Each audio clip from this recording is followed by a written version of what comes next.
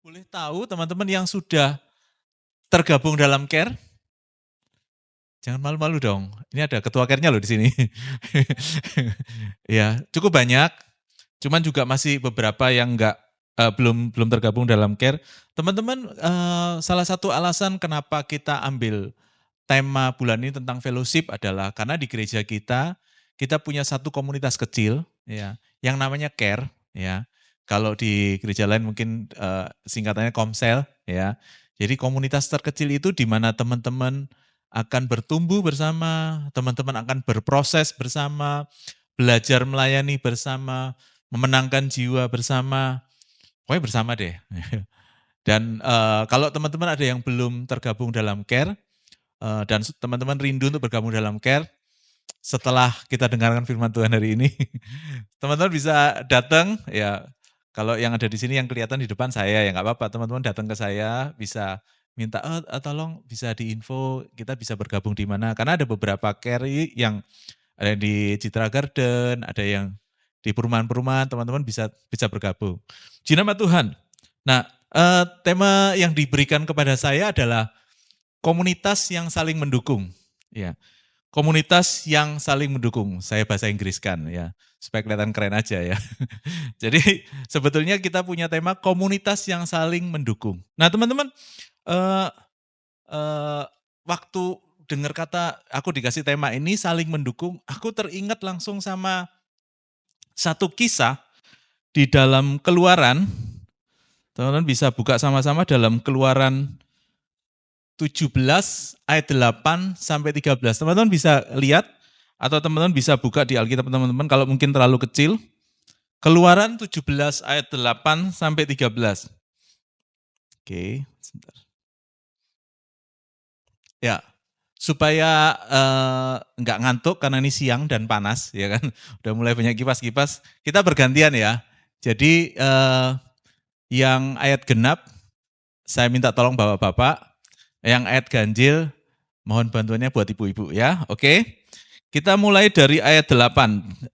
3, 2, 1. Lalu datanglah orang Amalek dan berperang melawan orang Israel di Rafidim. Ayat 9.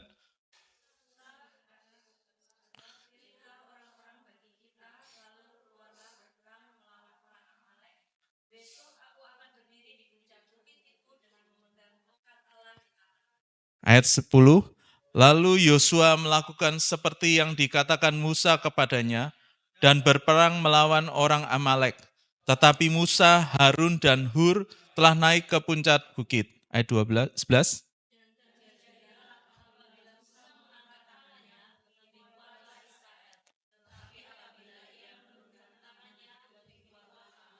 Ayat 12. Maka penatlah tangan Musa, sebab itu mereka mengambil semua buah batu, diletakkanlah di bawahnya, supaya ia duduk di atasnya. Harun dan Hur menopang kedua belah tangannya, seorang di sisi yang satu, seseorang yang di sisi yang lain, sehingga tangannya tidak bergerak sampai matahari terbenam. Ayat 12.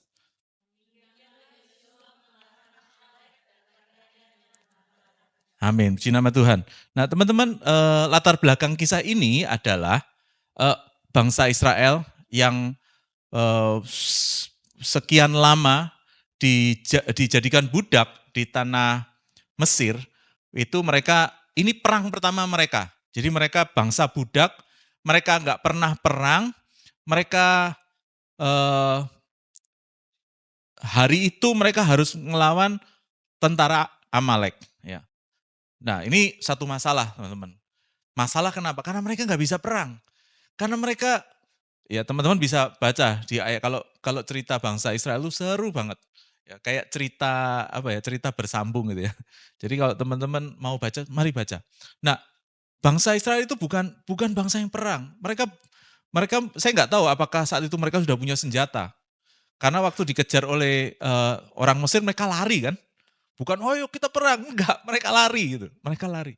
Jadi ada masalah yang cukup besar dihadapi oleh bangsa Israel. Dan yang terjadi adalah Yosua memimpin mereka perang, sedangkan ada 3 orang, yaitu Musa sebagai pemimpin bangsa Israel waktu itu, dengan 2 orang, ya Harun dan Hur. Musa naik ke bukit, jadi mungkin mereka berperang di bawah gitu. Musa naik dengan Harun dan Hur, dan dikatakan di ayat yang eh,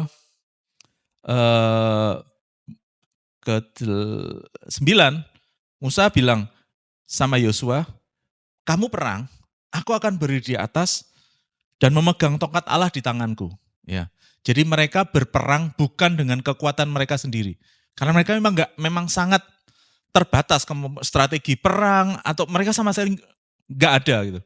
Jadi Musa naik ke bukit dan Musa bersama dengan Hur itu pada saat di ayat 11, apabila Musa mengangkat tangannya lebih kuatlah bangsa Israel. Jadi pada saat perang itu kan nggak sejam ya, apalagi zaman dulu itu kan bukan dor dor dor, bom bom selesai gitu kan. Mereka perang, benar-benar kayak orang tawuran gitu ya. Dan Musa ini di atas bukit, dia angkat tongkat, dan dikatakan di ayat 11, apabila Musa mengangkat tangannya, lebih kuatlah Israel. Tapi lama-lama juga pegel ya kan. Wah pegel, istirahat sih, pijeti dulu. Pada saat dia turunkan, anehnya, bangsa Israel kalah. Waduh, diangkat lagi, dan mereka menang lagi. Dan akhirnya kedua pendampingnya mereka punya ide, wah kalau gini terus, capek terus kalah, terus menang lagi, terus kalah, nggak selesai nih kita nih. Yaudah deh, mereka ambil batu, mereka suruh Musa duduk, dan kemudian dua orang pendamping ini mereka menopang tangan Musa. Satu di sebelah kanan, satu di sebelah kiri. Teman-teman, ayat ini yang aku ambil sebagai gambaran buat kita. Bahwa dalam kehidupan kita tuh setiap hari dalam pengiringan kita sama Tuhan. Apakah itu di dunia kerjaan, dalam keluarga, dalam mendidik anak. Kita tuh semua ngalamin pergumulan. Dan kita tidak dilahirkan atau kita tidak diciptakan Tuhan. Jadi poin yang pertama itu adalah manusia super. Ya kan? Kita tidak diciptakan Tuhan untuk menjadi manusia super. Kita tidak diciptakan jadi orang yang bisa mengerjakan semuanya sendiri. Tapi dalam firman Tuhan dikatakan kita sebagai domba. Domba tuh nggak ada. Domba super power dia hidup sendiri. Domba tuh berkelompok, berkomunitas gitu loh. Dan even manusia super. Manusia super. Siapa yang teman-teman suka lihat Marvel ya? Saya nggak tahu siapa yang teman-teman. Tapi setiap manusia super pasti punya kelemahan. Setiap manusia super tidak ada yang tidak terkalahkan. Dalam cerita ya, saya nggak tahu kalau ada manusia super yang tidak terkalahkan. Semuanya pernah kalah. Musa tuh bukan orang yang sembarangan. Musa yang membelah Laut Merah, ya kan, dengan kuasa Tuhan. Musa memimpin bangsa Israel dengan keluar dari tanah Mesir dengan 10 tulah. Musa tuh luar biasa. Tapi namanya orang, sehebat-hebatnya orang, bisa pegel juga Musa ini. Dikatakan di ayat yang ke-12, maka penatlah tangan Musa. Gitu. Saudara-saudara, teman-teman semuanya, pertama yang aku mau share hari ini adalah kita semua butuh orang lain. Amin. Kita semua butuh, karena kita bukan diciptakan Tuhan untuk sendiri. Karena itu, mari sama-sama kita buka diri untuk orang lain masuk dalam kehidupan kita. Orang lain untuk tolong kehidupan kita. Ya, buat beberapa orang mungkin tidak mudah, karena buat orang lain untuk tolong kita, kita harus terbuka apa yang menjadi kelemahan kita, ya kan? Nah karena itu kita masuk ke poin yang kedua. Yang kedua tadi, oke, penopang adalah orang-orang terdekat. Orang-orang terdekat. Nah teman-teman, menopang itu, ini kecepatan tadi, cuman saya sebenarnya pengen panggil teman ya, pengen panggil dua teman gitu.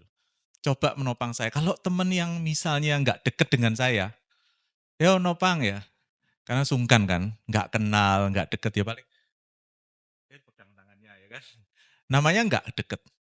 Tapi seseorang yang menopang, benar-benar menopang. Kalau teman-teman lihat gambarnya di situ, 2 orang tuh benar-benar badannya nempel ya, badannya nempel, badannya nempel, dekat sekali. Musa mengajak dua orang itu, Harun dan Hur itu, karena 2 orang ini bisa dibilang orang yang cukup dekat dengan Musa.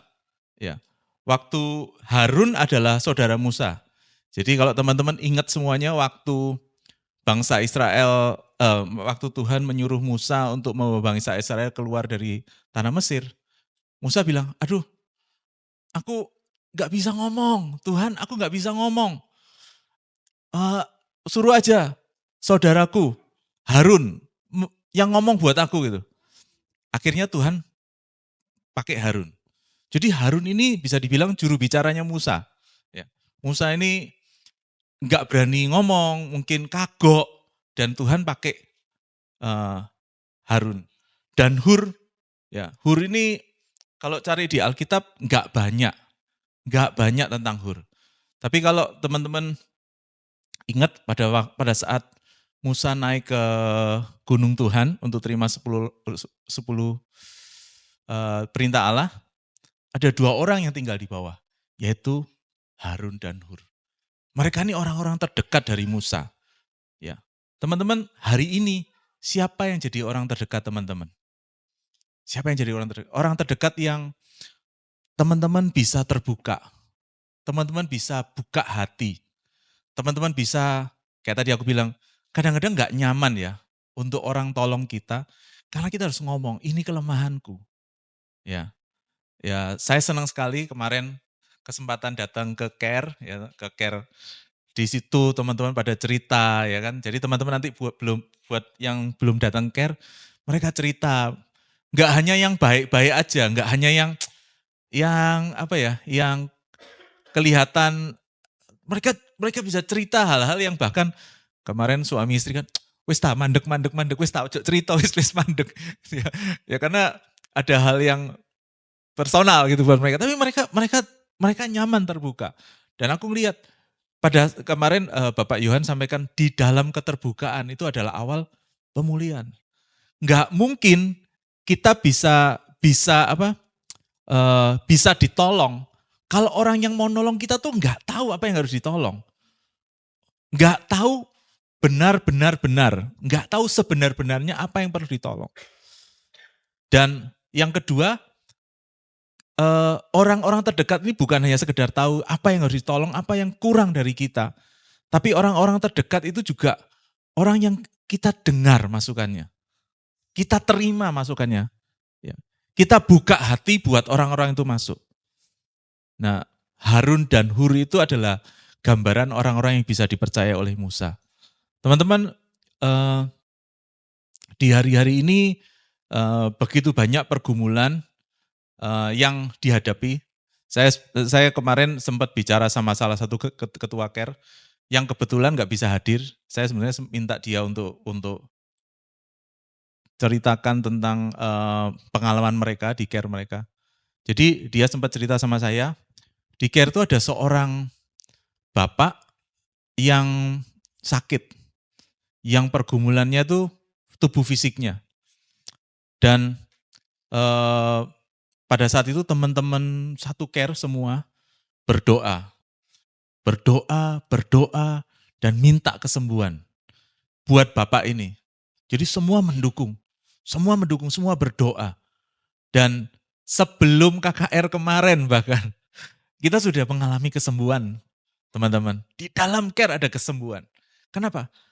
Mereka saling mendukung. Amin. Dan pada saat ada kesehatian, saya ingat satu ayat, 2-3 orang berkumpul dalam namaku, Allah hadir.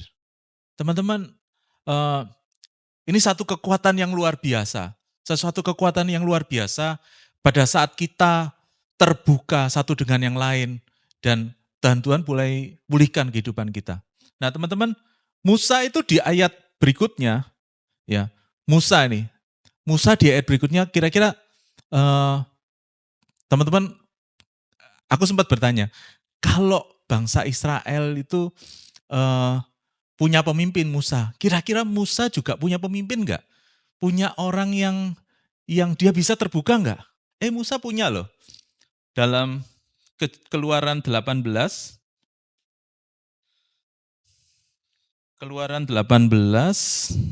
sorry. Bisa ditampilkan ayatnya? Nah, jadi satu hari ada mertua Musa yang namanya Yitro. Yitro itu datang berkunjung ke Musa, kemudian dia lihat Musa itu duduk dan bangsa Israel yang ratusan ribu itu ngantri panjang. Ngantri panjang mau datang ke Musa. Ini masalah nih. Si mertuanya bilang, kamu kalau seperti ini, kamu menyusahkan dirimu dan bangsa Israel juga. Dan apa yang dia bilang? Di ayat Keluaran 18 ayat 21 dikatakan,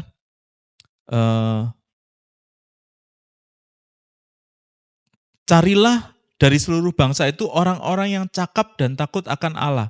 Orang-orang yang dapat dipercaya, orang-orang yang benci kepada pengejaran suap, tempatkanlah mereka di antara bangsa itu menjadi pemimpin 1.000, pemimpin 100, pemimpin 50, dan pemimpin 10 orang. Dan sewaktu-waktu mereka harus mengadili bangsa, maka segala perkara yang besar harus dihadapkan mereka kepadamu, tetapi segala perkara yang kecil diadili mereka sendiri. Dengan demikian mereka meringankan pekerjaanmu dan mereka bersama-sama dengan engkau turut menanggungnya. Nah, Musa sendiri, ya, saya mau tegaskan bahwa seorang pemimpin care juga, mereka butuh orang lain. Jadi tidak ada dalam konsep keluarga Allah itu orang-orang yang super power, ya, orang-orang yang satu sendiri. Kalau Tena sama Om Frank juga punya mentor kan, Tena ya, salah satunya Pastor Kong. Jadi teman-teman semua kita perlu ada dalam komunitas. Kita perlu terbuka sama orang-orang yang bisa kita percaya. Dan juga kita perlu terima masukan dari orang-orang yang diurapi Tuhan. Nah, sama juga seperti Musa dan Yitro itu. Yitro itu mertua Musa yang dihormati oleh Musa. Dan Yitro mulai kasih masukan, Musa kalau seperti ini, kamu akan masalah loh. Kamu akan masalah. Dan teman-teman tahu nggak, hari itu keluar konsep tentang komsel. Ini komsel yang pertama di bangsa Israel. Jadi ada kelompok 10, ada kelompok 50, ada kelompok 100, kelompok 1000. Jadi komsel ini bukan metode yang baru sebetulnya. Bagaimana metode penggembalaan Musa pada saat itu tentang komsel. Nah teman-teman, mari sama-sama kita buka hidup kita buat teman-teman di sekitar kita. Kita buka hidup kita untuk terima masukan teman-teman kita. Amin. Amin. Yang terakhir nih, cepet ya terakhir ya. Dalam kesatuan ada kekuatan ya. Jadi di ayat yang ke-12 itu dikatakan, sehingga tangannya tidak bergerak sampai matahari terbenam. Jadi bayangin, saya nggak tahu mulai perang itu jam berapa ya. Mungkin mulai dari, nggak ada jamnya ya, ada jamnya nggak ada ya. Mulai jam 10 sampai jam 6 itu lama banget. Bayangin ya teman-teman, kalau Harun, Hur, dan Musa ini nggak sepakat. Diangkat, aku haus ya. Enakmu, aku ya pegel. Cetalah, mereka ribut gitu loh. Musa, aduh, iki kok ribut aja. Saya pakai bahasa Jawa ya, biar ya santai gitu loh. Iki ribut aja mbak, ditutuk, waduh, malah gak karu-karuan jadi. Nah teman-teman, kesatuan itu sungguh penting teman-teman. Karena mereka ini kompak, karena mereka ini tim yang kompak. Mungkin pada saat saya bayangin mungkin lapar juga ya kan, dari pagi sampai matahari terbenam. Mungkin udah deh, aku bagian kamu turun dulu, ambil minum, kasih minum gitu. Mereka tuh satu tim yang kompak banget. Mereka satu tim yang kompak, mereka sepakat satu tujuan. Hari ini bangsa Amalek harus kalah. Dan kita bawa panji-panji Allah buat bangsa Israel. Amin. Luar biasa banget. Dan dikatakan tangannya tidak bergerak sampai matahari terbenam. Aku mulai bayangin, wah luar biasa nih Musa ini. Nah teman-teman, Mengenai kesatuan. Kesatuan itu bukan satu hal yang mudah. Kesatuan buat saya lebih mudah, saya cukup lama pelayanan di youth, buat saya lebih mudah ngatur anak-anak youth. Anak-anak youth itu diomongi ya sudah, ya, apalagi sama yang lebih tua gitu kan, iya kok gitu kan, anak-anak youth. Mungkin dari kita sudah punya pemikiran, mungkin kita sudah punya ide-ide yang idealisme yang berbeda, tapi hari ini kita mau belajar yuk. Kita tuh punya kekuatan loh, kita punya kekuatan. Bukan seperti anak-anak youth yang ya, ya, ya, oke, ya, ya. Tapi kita punya ide yang mungkin bisa saling melengkapi. Kita punya kelebihan yang bisa saling menutupi kekurangan teman-teman kita. Ya kan? Oke, aku dapat satu ayat yang bagus banget tentang kesatuan itu, yaitu dalam Filipi 2, Filipi 2 ayat 1 sampai 4. Ya, itu aku coba ambil dari terjemahan The Message. Ya. Di ayat yang ke-5 dalam terjemahan bahasa Indonesia dikatakan, hendaklah kamu dalam hidupmu bersama menaruh pikiran dan perasaan yang terdapat juga dalam Kristus Yesus. Dalam hidupmu bersama. Dalam hidupmu bersama-sama dengan saudara seiman. Hendaklah kamu enggak pakai pemikiranmu sendiri. Hendaklah kamu enggak pakai hikmatmu sendiri.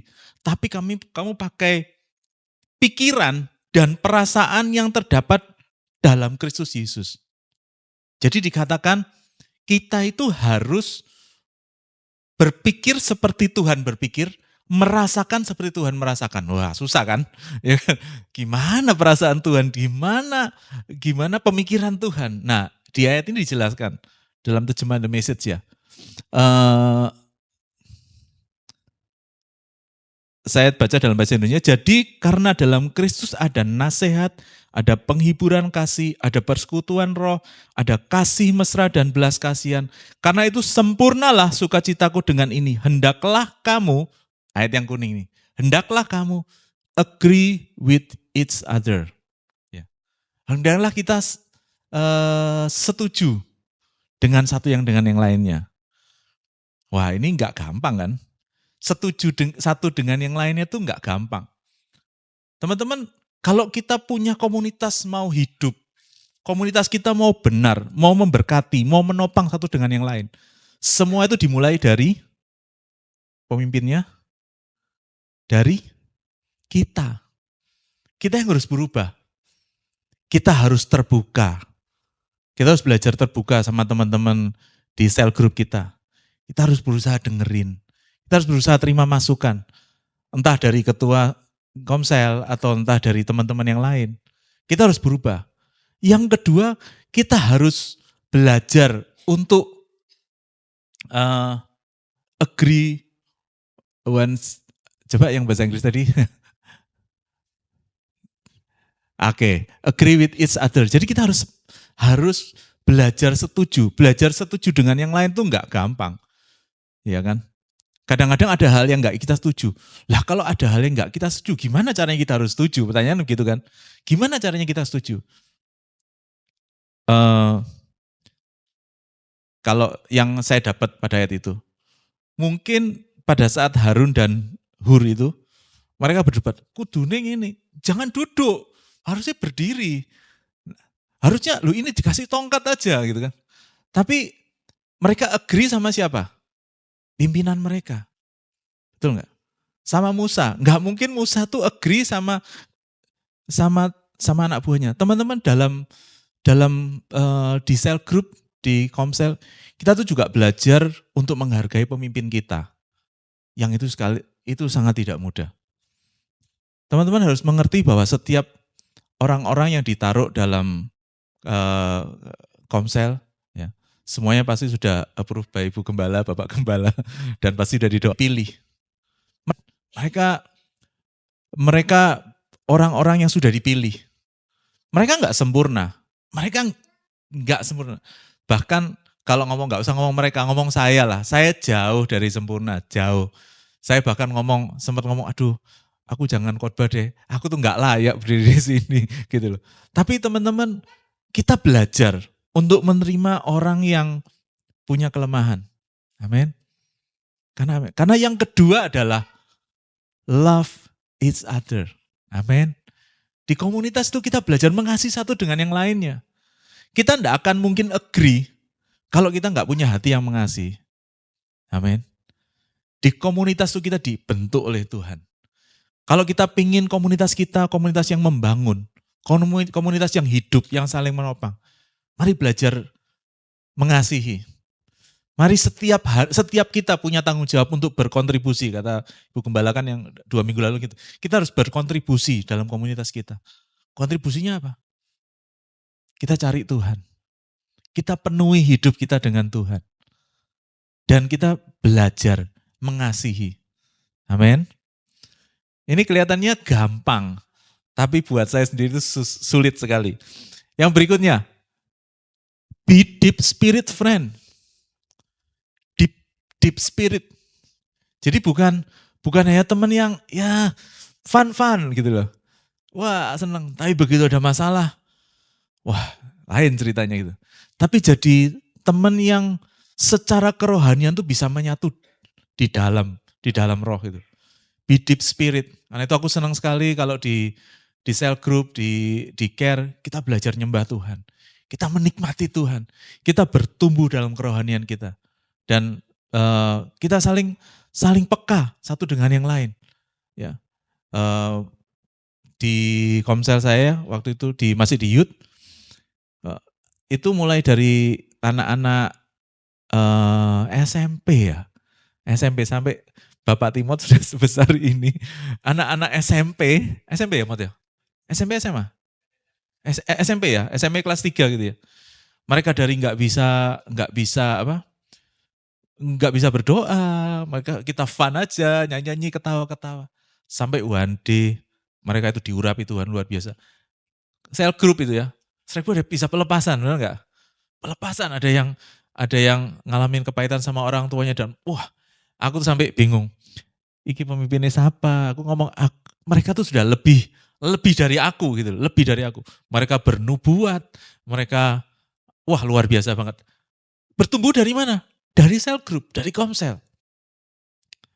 Nah, mari bertumbuh sama-sama di dalam Tuhan. Mari bukan hanya kumpulan yang kita having fun. Tapi mari kita cari Tuhan, temukan Tuhan dalam komunitas. Berdoa bersama-sama dengan berdoa sendiri itu beda. Benar nggak teman-teman? Berdoa sendiri jauh lebih sulit. Ya, kalau buat saya berdoa di rumah gitu ya, di sofa lama-lama bisa tambah melorot, dingin pagi, ngambil minuman dulu, minuman enak, terus ngambil makanan, lupa, aku baru berdoa, ya kan?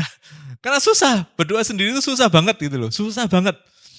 Terus moro-moro ada HP, ada WA, wah susah. Tapi pada saat kita bersama-sama berdoa, nggak mungkin kan saudara, aku kan nggak mungkin ya kan. Paling enggak ada yang menjagai kita sama-sama. Mari kita bertumbuh dalam doa. Mari kita cari hadirat Tuhan. Mari kita jadi sahabat yang di dalam roh. Gitu. Bukannya sahabat yang having fun, tapi kita dalam roh tuh kita kuat, sama-sama kuat. Berikutnya, oke. Don't push your way to the front. Nah, ini aku banget. Maksa. Ini harusnya gini. Dan dalam komunitas kita belajar banyak banget terus terang aku. Aku sendiri banyak belajar untuk tutup mulut, untuk enggak terlalu banyak bicara dan mulai dengar. Don't sweet talk your way to the top. Nah, ini apa nih? Jangan ngomong manis gitu loh. Supaya kamu tuh ada di atas. Put yourself aside. Kita tuh taruh, kesampingkan diri kita. And help other get ahead. Jadi kita minggir, kita kesampingkan diri kita untuk bantu orang lain untuk naik. Bantu untuk orang lain untuk maju. Oh, luar biasa. Don't be obsessed with getting your own advantage. Jangan Untungku apa? Emangnya di Komsel tuh aku dapat apa sih? Emangnya firman Tuhannya bagus? Emangnya, wah bukan. Mari kesampingkan keuntungan diri kita sendiri. Wah, sudah ketempatan rumah, suruh nyiapin makanan, kan, suruh, wah. Tapi kita belajar melayani satu dengan yang lain, amin. Forget yourself long enough to lend a helping hand. Kita lupakan keakuan kita, cukup jauh, jauh. Sampai kita bisa meminjamkan tangan kita untuk menolong orang lain. Luar biasa ya, luar biasa. Ayat ini aku sangat diberkati sama ayat ini. Dan aku rindu kita semua jadi komunitas yang seperti ini. Saat komunitas yang semuanya nggak merasa paling hebat, mau terbuka, mau terima masukan, terus sepakat, ya 2-3 orang berkumpul sepakat, kemudian love each other, be deep spirit, komunitas yang dalam, terus saling menolong, nggak cari keuntungan diri sendiri, wah itu luar biasa. Itu seperti surga di bumi. Ya teman-teman, tapi buat aku nggak ada yang mustahil. Teman-teman ditaruh di komunitas yang ada, bukan tanpa maksud. Aku percaya teman-teman bisa jadi berkat dalam komunitas teman-teman. Dimulai dari siapa? Dari kita. Pada saat kita sepakat, kita sehati, kita punya tujuan yang sama, kita bergerak bersama. Kita lihat, hadirat Tuhan ada. Ya, dikatakan tadi 2-3 orang berkumpul dalam namaku, aku ada. Dan apapun yang jadi pergumulan teman-teman, apapun yang jadi permasalahan teman-teman, saat teman-teman buka hati buat teman-teman yang lain, berdoa, ya, teman-teman akan melihat pertolongan Tuhan yang luar biasa dalam kehidupan teman-teman. Amin. Amin. Aku rindu kita jadi komunitas yang bukan sekedar, atau jadi gereja yang bukan sekedar datang ke gereja hari Minggu, nyanyi, and then pulang. Tapi kita jadi komunitas yang hangat, jadi komunitas yang dekat. Biasanya orang terdekat tuh malah sering gesekan. Saya yang paling menggesek, saya paling sering, yang paling membuat saya marah paling sering istri saya. Bukan orang lain. Bukan orang lain. Ya kan? Bukan orang lain, orang terdekat. Yang paling, yang saya kalau disakiti oleh orang lain gak ada masalah. Tapi kalau disakiti sama teman saya itu masalah buat saya. Tapi itu sering terjadi. Dia bukan dengan maksud menyakiti. Tapi mungkin berbeda pendapat. Nah teman-teman, mari kita bangun hidup kita. Mari kita belajar rendah hati. Mari kita belajar mengasihi. Dan percaya, hadirat Tuhan akan ada, berkat Tuhan akan ada kesembuhan, ada saat kesepakatan, ada pertolongan Tuhan yang dahsyat buat teman-teman. Amin. Saya nggak panjangkan, itu yang saya dapat buat tema ini. Mari kita bangkit berdiri.